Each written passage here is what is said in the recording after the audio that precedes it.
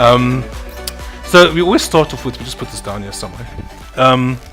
We always start off with where you were born. And what was life at the age of 3? Oh, that assumes I remember what life was like at 3.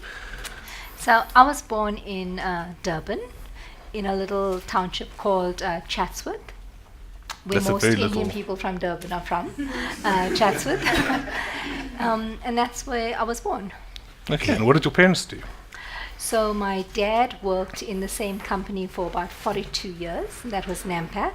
But he was also a photographer on the weekends. So, Okay, so he was also he working was like an that. entrepreneur and an employee. And my mum was a housewife.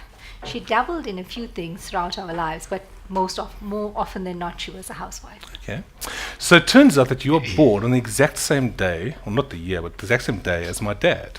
Wow. So you must be an awesome person. I am. I'm sure your dad is too. I also saw that you used to be involved with Junior Achievement Yes. back in the day. Now, both Louise and I, co-director and director, both went through this program. Who remembers Junior Achievement from the school days? It's many years ago. Is that still running? Do you know anything about that? Yes, it is still running. In fact, the Africa director reached out to me recently. I was a board member for Junior Achievement for about 2 to 3 years, a couple of years ago. And it's an amazing organization, you know, trying to infuse entrepreneurialism with the youth from grades 10 to 11, but also starting from the ages of 6 onwards. So it's an amazing program. I know when we did it, we really enjoyed it, and makes you think differently. I also saw something about MCSE. Did you actually do a course? Yes, in I MCSE? did. So you're quite a geek as well. Slightly. Okay, I like So that. I've studied technology a little bit. I was working in a corporate and always flipping through the Sunday Times, looking at new jobs that are coming up and qualifications that are required. And in the late 1990s, for those of you that age, you would know this whole thing around MCSE was making, its mark, and people were talking about it. So I thought, well, let me see what this is all about and give it a shot. And I did, and I did an MCSE. Did you ever do any network engineering, do work for a Yes, company I like worked that? for an organization where I was a database administrator, had to go deep into code sometimes to find some of the faults, working in a male-dominated industry. So yes, I have worked must in be quite that space. experience. And my job at Discovery before joining the DBSA as well was to manage their B2B zones and their B2C zones as well. Okay. I also know you did something quite cool with Discovery. It was one of the first apps or something. Tell us that story. So when I worked at Discovery, managing their broker zone and their partner zone, we started getting into some of the data driving clients' behavior and what was generating the most amount of calls into the call center. And we found a lot of it was just answering simple medical queries. So we created a self-service mobile app. Smartphones weren't as smart then. So using things like WAP technology and USSD and making simple information available to members of Discovery so they didn't have to phone into the call center. So you can imagine you're standing in a queue waiting for your medicine at a pharmacy. The most embarrassing thing is when you go to the counter and say, sorry, funds limited. And the pharmacist's voice always increases when there are no funds available. So it's like declined, when your credit card is declined, it always raises their voice, declined. So that was quite interesting. And this app allowed members to just do a simple query to find out whether they had sufficient funds. So they didn't have to phone into the call center. And then after that, you went off to the Development Bank of South Africa. What was your role in that side? So at the Development Bank of Southern Africa, I was originally appointed as the head of strategy. After a couple of months, I realized it was a very boring job. It was really a very highly paid administrative role. And I decided that's not what I wanted to do. I loved the organization.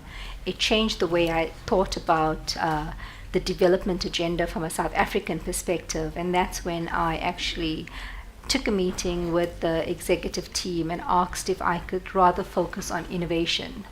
from a development bank perspective and innovation from a country perspective? And the answer was yes, and the rest is history. That's incredible. Tell us a bit about Feenix, because I know that's just launched recently. How did you get involved? What was the idea behind Feenix? But before we do that, give us a 60-second pitch as an entrepreneur. What is Feenix about? So, Feenix is a crowdfunding platform. It allows students to access fees by getting donations from individuals like you, as well as corporates to pay for their tertiary fees that are owing to universities across South Africa. That's a very polished, guys. Give that that was eloquently said. Wow. Okay, so talk us through that. What does it mean for the students sitting in this room? Okay. So for the students sitting in the room, if you are between the ages of 16 and 24, if you are registered as one of the 26 public institutions in South Africa, what that means is you can go onto feenix.org. You can tell us your story of why you need funding in terms of paying for your tertiary fees. You can upload that profile, and corporates and individuals can go into the website, find your profile, and pay for your fees, anything from 100 rands up to the total amount due for those fees. Okay, so you're able to use this crowdfunding mechanism to get money for your fees. What does this mean for the corporate sitting in this room? So for corporates sitting in the room, you get benefits against your triple BE reporting. So you can claim back from an SED perspective, which is your CSI spend, or your skills development spend. And as a small business sitting in the room, any donations made to the Feenix platform will generate a Section 18A tax certificate, which allows you then to get your tax benefit for donations made as well. Okay, now back to the students. What is CSI and EDD and all these wonderful terms that you just mentioned to the corporates? So for the students in the room, all you need to know is there are corporates who have a lot of money that aren't spending it, and we want to get that money to pay for your fees. CSI is corporate social investment, and SED is a social economic development focus of the triple BE scorecard.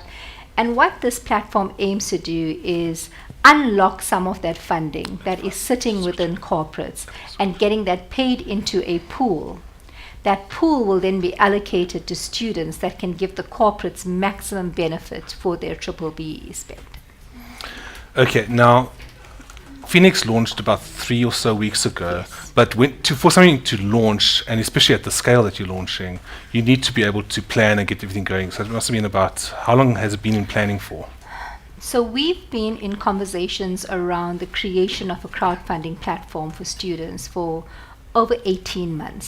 So it's been a long time coming. Long. A lot of individuals and organizations assume that we just started now because of the Fees Must Fall crisis. But as you know, the Fees Must Fall crisis has been going for a while. As a bank, we bank most of the universities in the country, if not all of them, because most universities are multi-banked. And we saw that there is a dire need for us to do something about addressing this crisis, but a long-term sustainable solution. Not just throwing money at it, but creating a solution that will hopefully outlive all of us and make accessible to the students what they actually need, which is fees. And why is Standard Bank getting behind such a project? I mean, yeah. So we have a focus on one of the pillars of our strategy is around changing lives and fulfilling aspirations. Now, I know a lot of organizations, they have these amazing strategies and fancy words, but if an organization as big as Standard Bank can do something about it, then we should. And any of you that have heard me speak before, one of the things I love saying is, if you're a big corporate, you have huge responsibilities. And you have a responsibility to do more than what you were designed to do. And that's the reason we want to put our effort behind solving for this youth challenge that is currently facing our country. Let's dig into the crowdfunding side of things, because it is a crowdfunding platform. Are there any regulations or rules around setting up a crowdfunding platform? I'm sure they are, but like with many innovations, the more you try and confine yourselves to all of the rules that exist and compliance, you can imagine when a bank gets behind this, then a whole lot of compliance issues also kick in. So we've tried our best to comply with whatever regulations are out there. The whole platform is managed by a trust, and with the trust comes fiduciary responsibilities, which are financial responsibilities, and we've adhered to all of that. So it's about, like with any other crowdfunding platform, whether it's local or global, it's about getting money from someone, paying it out to someone else, getting the administrative fees that are the norm, and ensuring that all of those relationships are transparent, so you have a proper reporting line and sight of what's being done. That sounds like a lot of work. It is, but we have amazing teams that's helps. behind these programs. So it's not cheap to run an initiative like this by putting in all of the processes and mechanisms. But like I said earlier, it's about creating a long-term sustainable solution, as opposed to just trying to solve for, addressing some of the crisis that we see. Because when you do that, you're not thinking ahead in terms of making sure something is sustainable. Since your launch 3 weeks ago, you've already raised over R1 million. Yes, So we congratulations. That's Thank you. quite impressive. That's a way to go there. Just one second on the crowdfunding thing. Okay, skip that question. Moving on. So Standard Bank getting involved behind this, it's changing lives and making an impact. You guys also do the Standard Bank Incubator. Yes. Tell us about that journey. Sure, how long do you have? So, as Pindi said, and Pindi is one of our newer team members, so well done on your welcome, Pindi. It was great. She said, "Don't look at me, you're going to make me nervous." So I tried not to. So the incubator was launched in 2015, and the intention of the incubator was to improve the innovation stack of the bank, but also that of our corporate client base. And that's what makes it different from other incubators or accelerators. We don't have to focus on just fintech companies. We can focus on any company across any sector, because our clients sit across any sector. Okay. So we are driven by the need from our clients in terms of what is it they need to improve their innovation stack, and that's how we design our programs within the incubator. Since launching, we have touched over 7,000 entrepreneurs through face-to-face interactions. This is one of the entrepreneurs sitting right here. I'm sure there are others in the room as well. We've had women programs that have touched over 4,000 women. In fact, our programs are more skewed towards women entrepreneurs as opposed to open programs, because there's a shortage of female suppliers. We are quite aggressive on youth entrepreneurs as well, because we feel we need to change the narrative and the support structures for youth entrepreneurs. So it's been quite an interesting journey since we launched. We have this incubator, which is a new model incubator that we're testing as a proof of concept, which is using branches for more than just branches, but also as co-working spaces. Our signature incubator is in Rosebank, as you know. And we have virtual incubators across the country, in Workshop 17 as an example. And we've just launched in Mozambique. Yes, that's right, yeah. With conversations happening in Ghana, Kenya, Nigeria, Tanzania, and Zambia as well. I'm going to come talk to you afterwards. A bank going from traditional banking and now doing co-working spaces. I mean, that must make quite things difficult and different with inside the bank and this organization. I know that you're quite good also with thought leadership, but also change leadership. How have you used your skills to help us with that? So a bank actually has to be more than a bank, because every bank has the same products and services. I mean, we're no different from any other bank. But when a bank becomes more than just a bank and starts offering development for the entrepreneurs it banks, when it starts linking entrepreneurs to the corporates that it banks, And when it starts making big corporates more sustainable through these spaces, then the spaces become more than spaces. And our incubators are a lot more than just co-working spaces. So I know Pindi said, if you're an entrepreneur, you can come here and you can use the space. But more important, it's the amazing content that's delivered through these spaces. The master classes, the training, the development, the mentoring, the coaching, the access to technical experts, the networking that happens. And that's what changes the trajectory of a bank. Because you're now starting to add value to your customers across an entire value chain that's a lot more than just banking. And that's what makes you powerful, because you are empowering the entrepreneurs whose lives you touch. She's so eloquent, unbelievable. With the programs and everything you do, I know I'm coming back to the question about the females in tech and stuff, and be more skewed. Do you see more women coming in as entrepreneurs, as founders, as women in tech, etc.? Yes, and I think it's very intentional. So we see a lot more women coming into our programs because we create more programs for women. So we drive women in technology programs, women's high growth programs. We even have a GE-sponsored women high growth program. In fact, Kafilwe has been selected as, one of only three women to be on that program.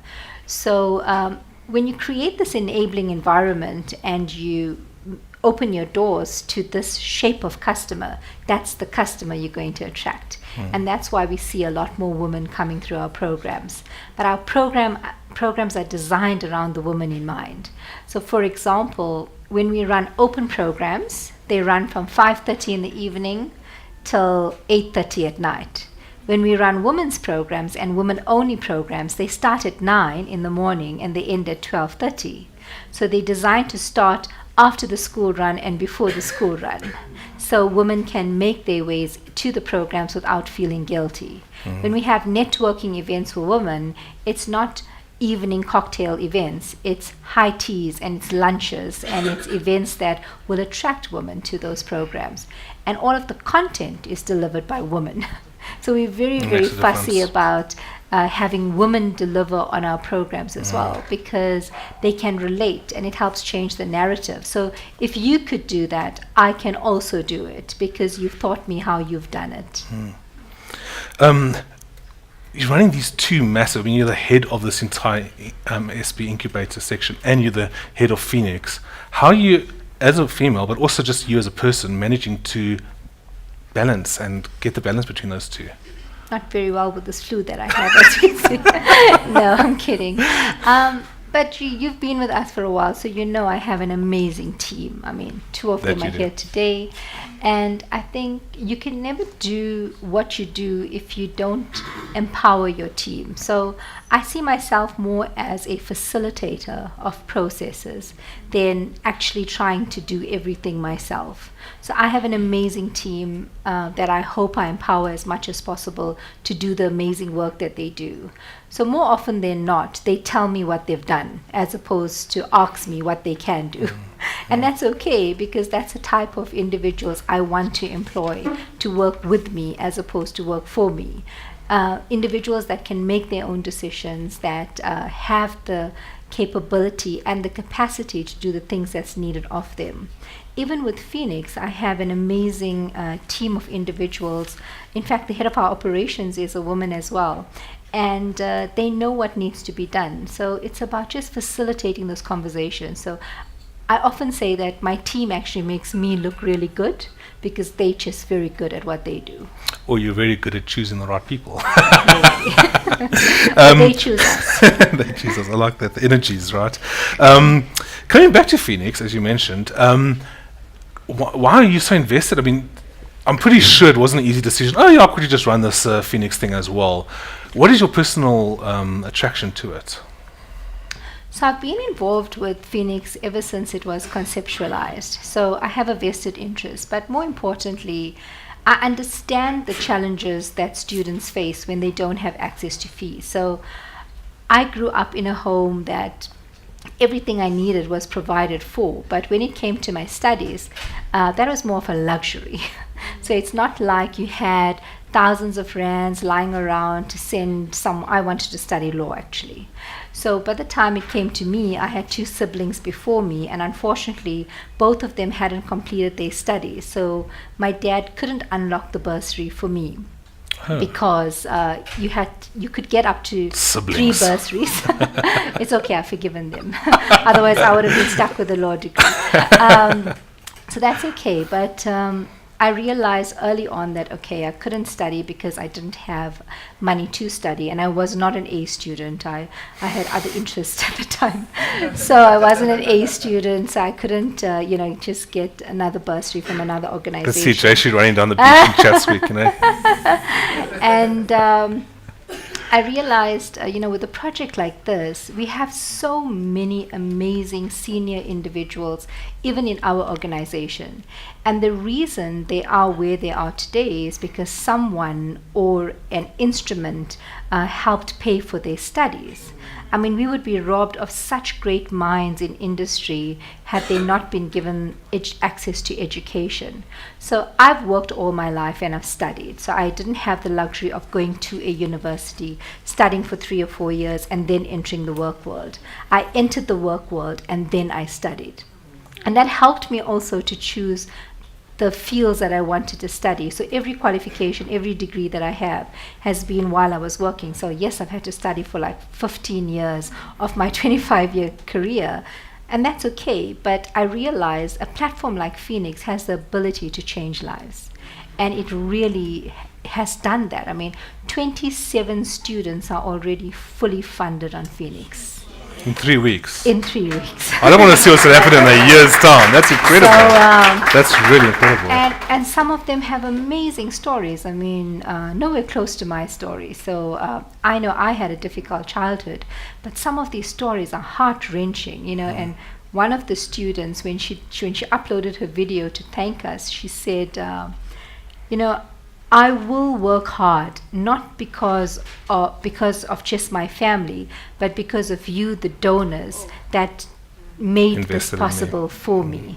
And now I can just concentrate on my studies as opposed to working and studying and trying to, go through this balancing act. So it's an emotive decision that I made, but I made it because it was the right thing to do at the time. Speaking of studies and subjects and courses, you've done an MCSE, but you've also done an MBA. Mm-hmm. And you've done, I'm sure, a whole bunch of other courses. What for you was the most, the one that really resonated the most with you and gave you the most knowledge, the one that you would recommend people doing? Because there are some courses that you do and you're like, that was actually a waste of time for me, personally, obviously. But what would you recommend? What was the best course for you? So, contrary to popular belief, I would actually recommend the more technical courses, the ones that are shorter in duration, but gives you deeper knowledge and understanding of a specific field. So one of the favorite programs that I've attended was an honors level qualification in e-commerce management. And I did that through the School of Business Leadership.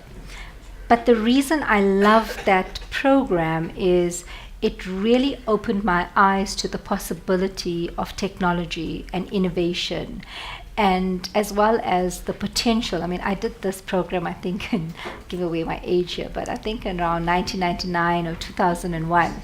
But the stuff that was discussed in that program then is all the stuff we see coming to light now, which means, it really opened up your mind to the possibilities of what's out there and how you can use technology to your advantage. So I would recommend looking deep into some of those courses that can give you the insights into fields that you are interested in. We often say the jobs of tomorrow don't exist today. So what are you actually studying? What are you learning?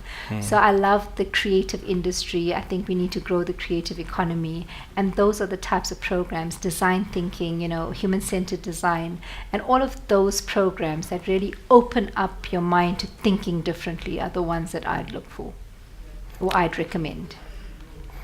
Opening your understanding, looking at short courses. Does anybody have a question? Does anybody want to answer that phone? There's no questions yet? Okay, here we go.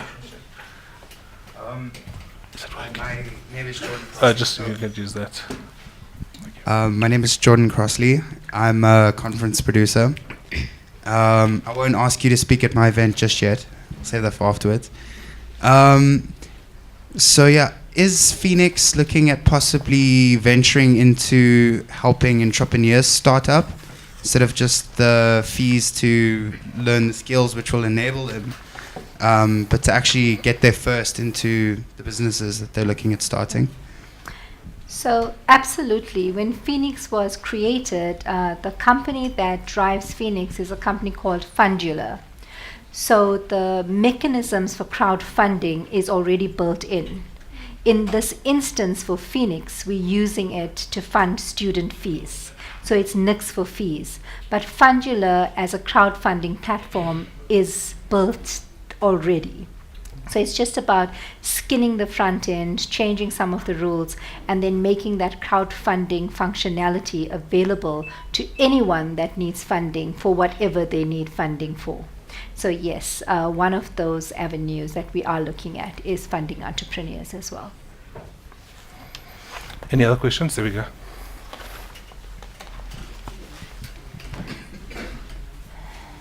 Well, good evening, Jayshrees. My name is Nhlanhla Majosi. I'm from a company called Corporate Skills Development Services. We focused more on the technical skills that you're passionate about. However, we work with the SETAs, so we provide more tangible skills. I actually want to congratulate you because you probably are one of those corporates that have decided to take a ball by its horn. Most of the corporates would rather have a tick box type of an approach when they tackling issues of youth unemployment and you know, challenges that are faced by the country. If you look at it, if you look at the enterprise supplier development, most of the companies would rather just take money, give it to somebody in Alexandra to open a crash, which is not needed and cannot be utilized. So I really want to congratulate Standard Bank. If there is an opportunity for us to be able to partner with you on providing skills development, technical skills, would be happy to do so. Okay. Thank you so much. So Linda, can you wave? You're welcome to get in touch with Linda or Pindi as well in terms of programs. Okay. Let's go to the microphone there. Sorry. Thank you. Thank you. Hi. So, looking at the fact that you've done your MBA and you've also done a couple of short courses, when it comes to learning entrepreneurship, what's your take on formal education versus self-education? Okay, it's a very interesting question. So we have an entrepreneur that's at the bank very often. It's Gift Labella. And he came to me the one day and he said, please can you speak to my parents because they want me to continue with my formal education. So I'll tell you what I said to my niece the other day. She asked me, she said she's asking for a friend, but you know those are quite tricky, right? So she said she's asking for a friend. Should she continue with the formal studies or should she just get into entrepreneurship? And there isn't an easy answer, but from the experience that we've had with dealing with entrepreneurs, some of the most successful entrepreneurs are those that have had a formal business qualification or have worked in a corporate with access to leadership development programs. So there's a huge gap with entrepreneurs that just get into entrepreneurship without any formal qualifications. And that's the reason organizations like us exist and business development companies exist and incubators exist, is to bridge some of those gaps. So from an entrepreneur's perspective, I would always recommend if you have the opportunity to get a formal qualification, then do that because it will help you to be a better entrepreneur. But if you have no choice but to become an entrepreneur without formal qualification, then access the resources that are available through incubators and business development companies to grow your business acumen, because that's what's needed and that's what will set you apart. I hope that answers your questions. Any other? There we go at the back. If we just pass the microphone. Thank you. Good evening. I wanted to ask, with the current graduate unemployment situation, how does Feenix plan to bridge the gap between students who are graduating that you've maybe funded who are now don't have work in the working environment, because you're working with a lot of corporates and SMMEs? Is there maybe a future plan to maybe connect the SMMEs and the corporates with the students to kind of build an entrepreneurial kind of way of thinking, or maybe find them jobs going forward? So it's a very interesting question. You know, when you create an innovation, sometimes it's never what you designed it to be. So what you get out of it is not always what you designed the innovation for. So our CEO wrote to every other big CEO in corporate South Africa, as well as every other bank. And one of the other banks actually came back to us and said, can we identify graduates from the Feenix platform that we want to pull into our learnerships and our graduate programs? But when you make a vested interest in someone, you almost want to see them grow. So a lot of our donors and funders that are coming on the platform, as well as corporates, are saying, can we choose the students that we want to fund, and then can we work with them later on after they've graduated, because they've made an investment in them. And we've never designed it that way. So I don't want to take credit that that's what we designed it for, because we didn't design it for that purpose. But that's what's coming out of the platform. And now that we're getting those requests, we are promoting that possibility with other corporates that we're bringing on board. So I think it's going to result in a lot more of these students that upload their profiles to get their fees paid also getting access to corporate South Africa in the forms of jobs. At least that's what we're hoping for. Human capital is a very big thing, especially in the skills development, and human capital worldwide. There's a shortage of developers and a shortage of this. So this actually plays in perfectly into that role. It's actually interesting. There's a question at the microphone. There we go. It's on its way. It's on its way. There we go. Teamwork, guys. Well done. Well done. Love it. Thank you, ladies and gentlemen. Okay, guys. So my name is Sabiha Patel Rashid, and I actually want to give some offer of help to that young gentleman that actually asked that question, because that very question is the one that myself and my team are looking to solve.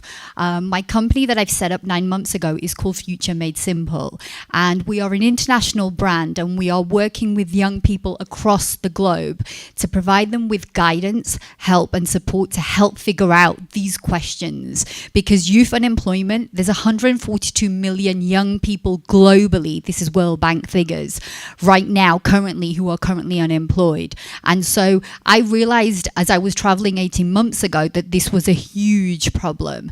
And so I got on the path and I decided, okay, I'm going to set up an educational tech company, and that's exactly what we're doing. So we launched here actually this weekend gone here in South Africa, and we are looking for partners because me and my team, we are passionate about supporting youth and addressing these youth unemployment issues that are being faced by young people here right now. So please do come and find me. We've got a whole host of resources and support available that we can provide, not only to that young gentleman, but anybody else in this room right here, right now. And we'd love to connect actually, because I think what Feenix is doing is probably an answer that myself and my team can provide when we have, because I mean, oh God, with so many young people this weekend asking about funding. You know, so many times that question popped up as part of our evaluation. So for us to be able to say, hey, there is a solution here in South Africa would be phenomenal. So yeah, I just wanted to share that. Thank you. Thank you so much. So I think maybe on that point, it's important for us to just raise this as well.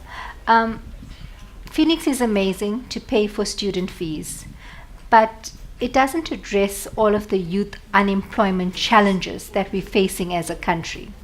So for us, infusing entrepreneurialism and entrepreneurial thinking into the minds of the youth. And that's why I loved being part of JASA. And that's why I love working on projects like Giving Wings, where we are infusing entrepreneurship into the minds of the youth early on in the process. We're also the country partner of a Step Up to Startup, where students are now being exposed to entrepreneurs through movies at Ster-Kinnicourt theaters around the country, where we'll be touching over 15,000 students. It's about changing the narrative, because one of the best ways to curb the youth unemployment challenge is to get individuals to think about really working for themselves and employing others as opposed to being employed. So that's important. So I wanted us to make sure we understand as well that Feenix is not going to address the youth unemployment challenges. It's one step getting individuals closer to getting gainful employment. But I would much rather see 50 to 70% of those students that graduate actually launching their own business, because that's how we change the economic transformation we need from a country perspective. That's the only way we're going to get there. Okay, one last question. Do some more. There we go. At the back. Here's the microphone.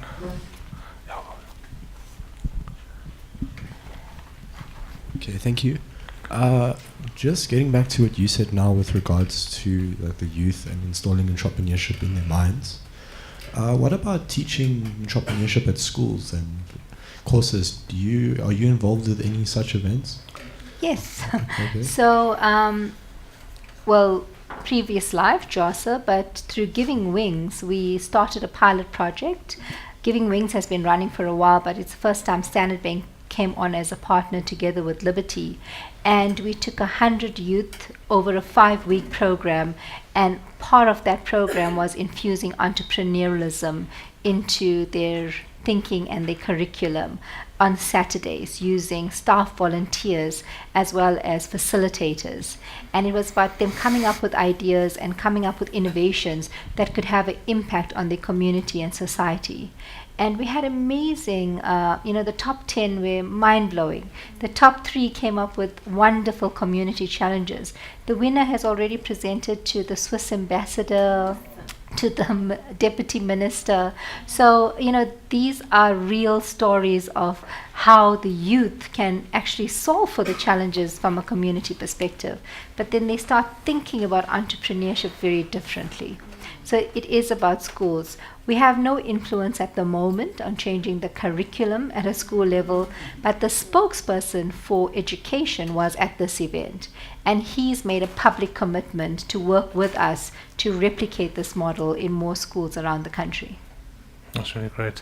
Going back to the Standard Bank Incubator, because you've been running now for 2 and a bit years or so. What is one of your not most successful, just one of your favorite success stories? There can't be anybody in this room. It can't be anyone No, I'm in this joking.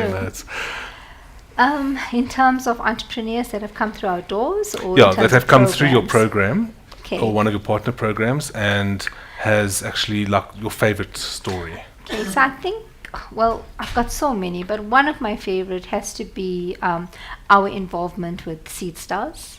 Okay. We've been the country partner for Seed Stars now for about 3 years. When we got called about 3 years ago, I was called by Vu, and he said to me, we're doing Seed Stars in Cape Town, and we'd like you to come on board as a partner. And I said, we'll do it, but you've got to bring it to Joburg. Gee, I know how you love Cape Town. But we brought it to Joburg, and that was the first time ever for Seed Stars, which is Swiss run, where they had an event in 2 cities in a country, Cape Town and Johannesburg. And the winner of the first Standard Bank sponsored Seed Stars was Giraffe Jobs, who then went on to win Seed Stars Global, beating over 57 other countries, and became only the 2nd Africa winner of Seed Stars globally. And that really helped change the narrative of the potential we have in South Africa. We're always looking to international borders for amazing innovations, and I strongly believe we have that potential here in Africa. And he went on to win Seed Stars. He has now raised the funding he needs for his company. He's run a POC with the Standard Bank. He switched his banking account to Standard Bank, which was after all of this happened. So it was an amazing story. I think it's still one of my favorites because I remember the nervousness that he had. Linda was fortunate to represent us in Switzerland when he won, and his partner and I were stuck in Joburg, and we were wondering what's going on. And when he won, it was this amazing feeling that, my gosh, we've helped change the narrative of the country. So I think to date, it is still one of my favorite stories. So we actually featured him last week on Sort in Joburg. Yes. I think you might know about that. And but Chela was actually, because he was the guy who was running CSTO's program. He was supposed to be here tonight, but unfortunately wasn't able to make it. The question is, how do you monitor your beneficiaries to ensure that the donators get the best value for their investment? This is not Feenix related. So this is Feenix related.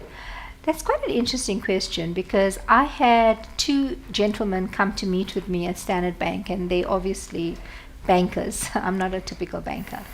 And they said to me, but why are we just giving money to students that are not even studying finance, or they're not BCom students? And why aren't we just donating money to the top students?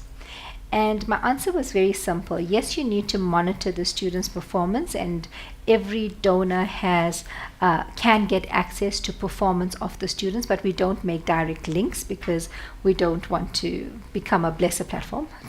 Don't tweet that. But with regards to performance, we don't understand students. So I come from a previously disadvantaged background. And you can't always judge someone based on their academic performance if you don't understand the challenges that they face in order to actually get the marks that they're getting. So there are historical reasons for bad performance. There's historical reasons for not submitting assignments on time, for not being an A student. And that's the reason we shy against just only putting the top students onto the platform as well.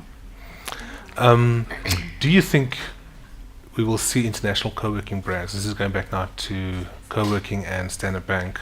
Do you think international brands like WeWork and stuff will come into the market now that you've got a bit more experience in the co-working world? They already are. So we're already seeing international co-working brands coming into the country. And more importantly, we're already seeing the fusion of international co-working brands and local co-working brands and best practices. So many of the co-working spaces in South Africa, like the open spaces, and even with Mesh starting now, and Meta Spaces, which is global but also getting into Africa. Is Meta coming into Africa? So Meta is already in Africa. So Okay. they're No, but I already mean in just Kenya. Africa, So there's conversations already happening. But Okay. those spaces are becoming more and more fused, but the learnings are more important. So do we need a WeWorks in South Africa? I don't think so. If we can get South African brands understanding South African markets or African markets, creating best practice co-working spaces, then that's what we need. Would the bank ever partner with an open or something like that to accelerate the We have. growth? So we've partnered with Open in Cape Town, where we do our virtual incubation spaces. Standard Bank's also partnered with Mesh in Rosebank to offer events and access to spaces for some of our wealth type clients as well as some of our entrepreneurs. So yes, we're all for a partnership model. The way our virtual incubator model works is if we do not have a space in a certain area, we will partner with organizations that do, so that we can leverage off their spaces and offer the content that we have within those spaces.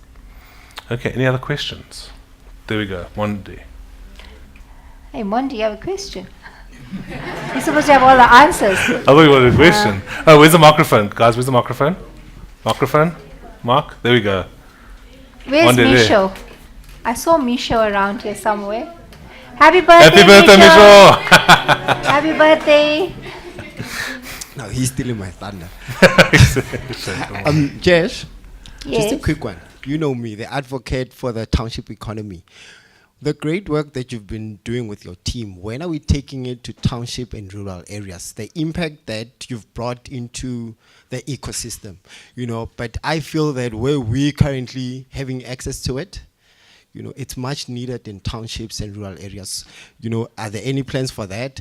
And then just with Women's Month, what you doing what can you say to a female, whether in entrepreneurship or a young professional, to say, you know what, the future is not just about the next person.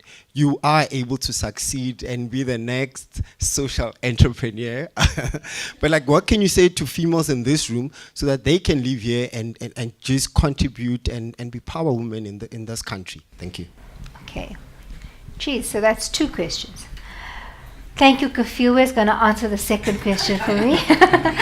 So on the first question, yes, we're already getting into the township. Linda's busy with an initiative at the moment with Mamelodi. Hey, Linda. So in Mamelodi, we've done a township conference as well in Soweto, but conferences are conferences. It's what do you do after those conferences that matter. We're working with Ukuruleni at the moment in 5 areas within townships in Ukuruleni, with maker spaces and spaces with the Ukuruleni municipality. So that's going to be quite exciting. Our mandate is to launch incubators in 10 township locations in South Africa during the next 3 to 5 years. So we're on track to meet that target. We do realize that there is a need for township support structures. So very similar to these formats, we'll be taking Thriving Entrepreneur events. Some of you may have heard of Thriving Entrepreneur magazine, but Thriving Entrepreneur events into townships. And you know we partner with the Hookup Dinner as well. So very keen to take those models into the townships as well. And on the women's side, I'm going to let Kafilwe speak, and then whatever she leaves out, I'm going to add on. Perfect. So I'll be short, but hello everyone. And congratulations. Thank you so much. I've just decided to come up here so everyone can see me. So my name is Kifilwe Morobane, and I'm the founder and managing director of Giving Wings. So I met Jayshrees end of last year, and I enthusiastically knocked on her door because I had heard so much about her. My sister and I had been running a youth development program in the township of Oliven. So we are very, very passionate about bridging this inequality gap in South Africa. And we just noticed that a lot of students back in the township really struggle to articulate themselves and really show up in the world. So you might be how educated, but sometimes it's the small things. It's looking people in the eyes. It's walking with confidence. It's speaking the English language in a way that people will understand what it is that you're saying wherever you go in the world. So we started the Giving Wings Youth Development Program 3 years ago, and this was all self-funded, no corporate. We'd ask for donations, friends and family help us to make an impact. It's a Saturday program that we run, and last year we said we want to take this on a bigger scale. So we knocked on many corporates' doors. Some corporates would say to you, good work, you're doing really well, and then there's that but. There's no budget, you know. And as entrepreneurs, you journey on. And one day we knocked on her door and she looked at the work. We had great videos and a powerful portfolio that really highlighted the track record and some of the success stories. She said yes, without a doubt, and our program started. We then elevated the program from reaching 30 students a year to now 100 students a year. That program, we ran a 5-week program with the students covering leadership skills, communication, and entrepreneurship skills as well. Top 3 winners walked away with bursaries, 25,000, 20,000, and 15,000 rands. I'm a bursary student, so I know the power of a bursary. Fast forward to a competition I entered recently with the Business Women Association of South Africa, where they were acknowledging entrepreneurs and the phenomenal work that they're doing. I've never received an award ever since I've been on my entrepreneurship path. And on Friday, I was awarded the Social Entrepreneur Award from the Business Women Association of South Africa. And I truly acknowledge Standard Bank and their belief in the work, especially Jayshree, because for me as an entrepreneur, it's just affirmed to me that I'm in the right place. Today I celebrate my 2nd year anniversary as a full-time entrepreneur after leaving my job in corporate, and I'm still on the path. So my message to women, as it is Women Month, continue and be excellent at what you do. That's the message. Thank you. I love it. Thank you. So I promise you I didn't plant Kafilwe. I was quite surprised to see her here at the front as well. And then to answer your question, we have so many amazing activities for Women's Month. any of you that are not already part of our database, please become part of our database. We also the country sponsor of Standard Bank Top Women Awards, of which I'm the spokesperson, the African Women Chartered Accountants Association events as well. And we have the Women in Technology Showcase that will be happening, the Women in Technology Conference, the showcase event for all of our entrepreneurs, lunch events and dinner events, and there's just so many activities during the month of August for women entrepreneurs. So join us on that journey and become part of the story. I mean, Kefilwe and her sister also got featured in True Love magazine telling her story, so that's how you might have recognized her famous face when she stood up here as well. Any other questions? There we go, at the back. There we go. Look at this teamwork. Look at the go. There we go. There we go. Teamwork. Teamwork. Oh, there's one guy on his phone. Okay.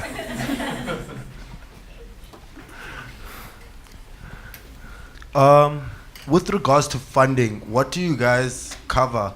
Well, like, what do the sponsors usually cover? Is it just tuition? Because there was a video, I think it was an application by to the Constitutional Court where one of the judges applying was telling his story about how he got his law degree, and he was telling the story about how a local shop owner in his community funded him to go to university, but at the same time was able to provide food for his family and his siblings, because that's one of the things that as a student a lot of people worry about, because I think, like they're saying, in the townships, people from the townships or rural communities usually have to provide for their families back home. So with regards to the funding, do the funders just cover tuition, or is it tuition and living expenses, and do they consider things like family circumstances? Okay. So at the moment, what's covered on Feenix is anything that's listed on your fee schedule that's owing to the university. So if that includes books, it's covered. If it includes living expenses, that's covered. It does not include things like late payment, fines for books outstanding, or any other fines that you may be given when you're a student. But anything that you need to complete your studies is covered. It doesn't cover things like expenses for family back home. What we do want to do with Feenix is take off the pressure of the tuition, living expenses, and the basic things that you need from a tuition perspective. So that's what it covers. Any other questions? There we go. Okay, hi. A question just to ask, based on your experience from DBSA and looking at the fact that your donors might absorb one of your graduates, what do you think is the most challenging factors or practical challenging factors in terms of applying like a strategy? Because you might find that people who graduate from school, they find the environment at big corporates not as welcoming in terms of innovative ideas and stuff. I'm sorry. I laugh. I always have a nervous laugh when I get questions like that. So it's not because I think it's funny. It's just a nervous laugh. So the problem with our education system is it doesn't teach you how to think. It teaches you how not to think. And then when you get into the corporate world, the first thing they say is think out of the box. But no one's taught you how to think out of the box. So in all my experience of running innovations in large corporates, it's always going to be a challenge. And that's the reason, you have some of these frameworks in place now to help staff members come up with innovative ideas and really get down to unlocking the potential that individuals have. So you'll notice in my team, I'm surrounded by very young individuals. They were born when I was just starting work. So they're very, very young. And the reason I bring those type of individuals into my space is because we're trying to solve for individuals like them, not for individuals like me. So to embrace innovation and innovative thinkers, you've got to have an enabling environment. So not all organizations, unfortunately, are like that. But find an organization that will embrace your innovation and creativity and then go into those organizations. Because as a young individual that is innovative, you will be frustrated if you get into an organization that doesn't understand that. So there is no simple answer to that question. That's why I have a nervous laugh, because most organizations haven't managed to get it right yet. Okay, one final question. Who's it going to be? Nobody. Okay, we got all the questions. This is great. Okay, so I'm going to say thank you for your time, but I'm also going to say massive thank you for your support of Startup Grind. Because without you, we wouldn't have been able to touch the 5,000 people that we have touched across South Africa in the last year. So thank you, and also thank you for your time. You're absolutely welcome. So thank you. Thank you, guys. Guys, give a massive round of applause. Just stay right there, don't go anywhere.